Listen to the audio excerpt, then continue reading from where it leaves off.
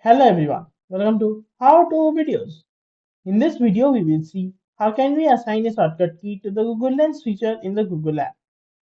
So let's dive in to the demonstration.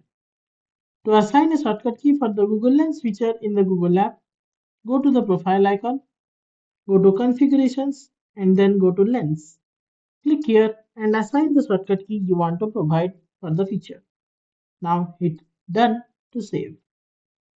The change has been saved and you can go back by pressing the escape key from the keyboard.